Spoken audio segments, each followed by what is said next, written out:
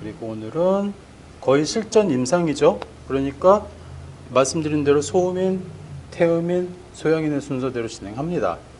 동의수대보원을 보신 분들은 아시겠지만 가장 그러니까 체질별 병증 치료에 대해서 나온 것 중에 소음인이 가장 많아요. 그 다음에 태음인, 그 다음에 소양인. 소음인이 인구의 구성이 제일 많아서가 아니라 가장 복잡다단하고 이 사람들을 치료하기가 까다롭기 때문입니다.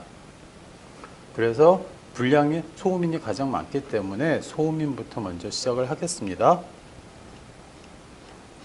자, 아시는 바와 같이 각 체질별로 표증과 리증에 있죠. 그러면 제가 처음에 공부를 했을 때 이 사상의학에 대해서 익숙하고 편안한 느낌이 들기 전에는 제가 어떻게 공부를 했냐면요. 일단 처음에 사상의학으로 치료를 해보면 좋겠구나라는 생각을 했겠죠. 그리고 열심히 공부를 해보니 모르겠는 거예요.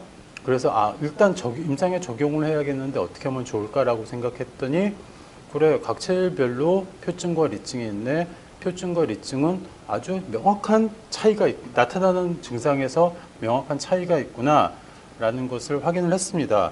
그래서 그러면 가장 간단하게 모든 방제를 다 사용하는 거를 하실 수 있으면 처음부터 하실 수 있으면 가장 바람직한데요. 그냥 여기서 나와 있는 제가 소개시켜드린 지금 처음에 소음인에 대해서 말씀을 드려요. 그 다음에 제가 침법이랑은 또 사암침이랑 또 다른 침법에 대해서 말씀을 드리고 그 다음에 정리를 할 때 아주 간단하게 표증에는 뭐, 리증에는 뭐, 표증인데 무슨 증상이면 뭐, 무슨 방제만 먼저 써보세요라고 제가 권해드릴 겁니다. 그러면 그 방제를 써보시면서 환자들의 반응을 계속 보시면 선생님들한테 쭉 남는다고요. 선생님들 머릿속에 데이터가 남기 때문에 그 다음에 조금 더 디테일하게 환자의 진단과 환자의 상태를 봐서 더 다른 약물을 사용할 수 있어요. 체질방이 좋은 게요. 체질이 맞고 표증, 리증만 맞으면 대충 들어요. 딱 욕먹지 않을 정도로 다 진료가 돼요. 그래서 제가 그거를 근거로 그렇게 말씀을 드리는 겁니다. 그러면 일단 먼저 조금 더 복잡한 제가 지금 정리한 것보다 훨씬 더 복잡하게 나와 있지만 그래도 그걸 한번 다시 추린 거거든요. 오늘 내용 중에서는 그나마 좀 복잡한 내용을 먼저 하시고 그 다음에 간단한 내용을 들어보실게요. 표증, 리증 구분할 때 제가 말씀드렸던 게 표증은 감기 당연히 표증이죠. 똑같아요. 여기서도 감기를 포함해서 모든 외감 증상. 그런데 소위민의 경우는 변비와 열증이 있다. 자, 리증 같은 경우는 복통, 설사 등 소화기계 증상 플러스 공통적인 거 한증입니다. 한이 우선이 되느냐, 열이 우선이 되느냐. 그렇게만 보셔도 일단 크게 머릿속에서 개념을 잡으실 수 있으실 거예요. 그리고 또다시 표증에서는 울광과 망양 쪽으로 나누는데 공통적인 건 오한 발열이에요. 표증이니까 우리 기본적으로 중의학에서 표증이라고 하면 대표적인 증상이 오한 발열이잖아요. 그래서 오한 발열이 있어요.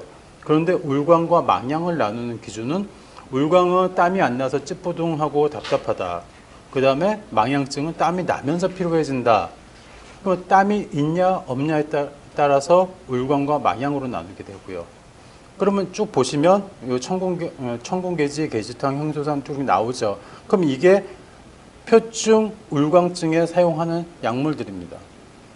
그 다음에 망양증에 보면 땀이 나서 피로해짐, 환기계제, 보중익기, 승양익기 이렇게 쭉 들어가죠.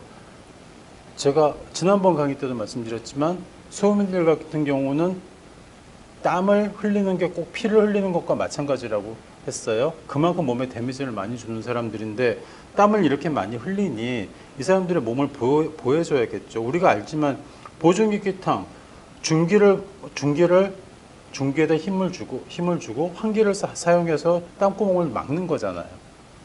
그러니까 이럴 수 있겠네라고 일단 그냥 크게 생각을 해두시고 제가 승양익기탕하고 화살표하고 계지부자탕 이렇게 해가고 또 환기계지탕, 승양익기탕, 그 다음에 보중익기탕 이렇게 순서대로 갔잖아요. 이 말은 뭔가 하면은 처음에 환기계지탕을 썼다가 소음인의 표증의 망양증에서 땀이 나서 피로해서 죽겠다라고 하는 환자가 왔으면 제일 먼저 환기계지탕을 떠올리시더라고요.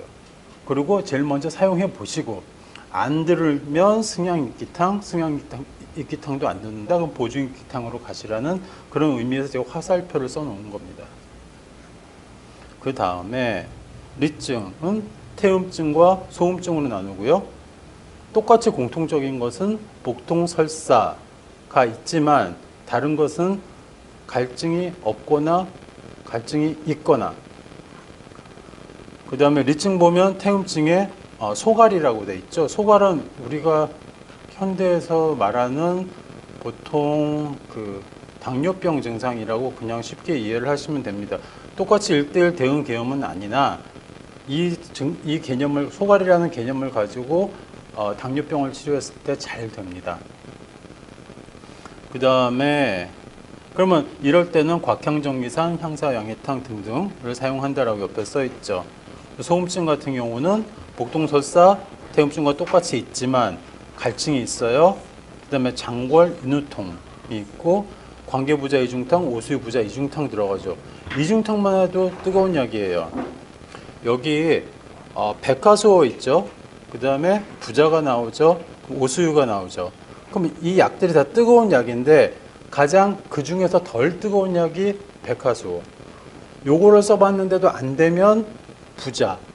관계는 따뜻한 약이지만 실질적으로 소음인의 리증을 따뜻하게 하는 게 아니라 그 먼저 관계라는 거의 개념에 따라 먼저 말씀드리고, 혹시 관계가 뭔지 모르시는 선생님들이 있을까 봐 제가 말씀드리는데, 관계는 육계나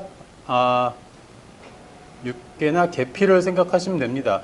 관계라고 하는 게, 관이 옛날에 뭐 관청할 때 관 있잖아요. 그 관자에다가 뒤에 계지할 때 계자를 쓴 거거든요. 그래서 예전에는 왜 아무래도 계피가 표피에 있는 것보다 그 안으로 조금 들어갈수록 더 상품이라고 쳤답니다.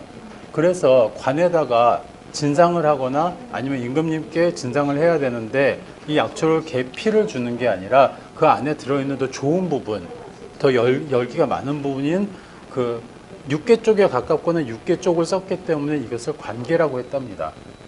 그렇기 때문에 이 관계라고 하는 것은 그냥 육계라고 생각하시면 돼요. 근데 이 계피는 일단 표증에 쓰는 약이잖아요. 계피, 계지, 육계, 거의 뜨겁기는 하지만 몸 안에 이제 저 하초 쪽을 대표하는 데는 부족하다고 생각해서 백화수호를 사용하고요. 그 다음에 백화수호를 했는데 안 따뜻해진다, 부자로 넘어가고요. 부자를 썼는데도 안 된다, 그러면 결국 오수유로 가는 겁니다. 요 순서대로 진행이 된다라고 생각하시면 되고요. 그 다음에 그냥 이건 지나가는 얘기로 말씀을 드리는 건데, 그러니까 현재 우리나라에서는 백화수호, 적화수호에 대해서 그 대한약전에 보면 백화수호, 적화수호 없이 그냥 하수호로 공통적으로 사용한다고 되어 있습니다. 왜냐하면 적화수호는 약간 서늘한 성질이고 백화수호는 따뜻한 성질이에요. 근데 이걸 왜 나누는지는 같이 쓰는지 모르겠지만, 만약에 한국에서 들어온 보통 가루약이나 이런 것들을 보면은 하수호라고 되어 있다면 이건 백화수호나 적화수호일지 모른다라고 생각을 하시고 확인을 하셔서 사용하시는 게 더 좋습니다. 소음인한테 적화수호도 쓰긴 하는데요, 보통 대부분의 경우 백화수호를 씁니다. 그렇게 이해를 해주시면 좋겠고요. 그다음 밑에 보면 제가 그러니까 다 안 써놨어요. 소음인 표증, 아까 말씀드렸던 소음인 표증에 울광이나 망향증이 있죠. 이때 표증의 공통 증상이 감기 증상 비슷하고 변비나 열증이 있는 이런 환자인데 비증이 있대요. 보통 제가 지난 시간에도 말씀드렸지만 날씨가 추워지거나 아니면 스트레스를 많이 받아서 목이나 어깨 같은 거 아프다 할 때, 그때 사용하면 좋은 방지는 청궁 계지탕입니다.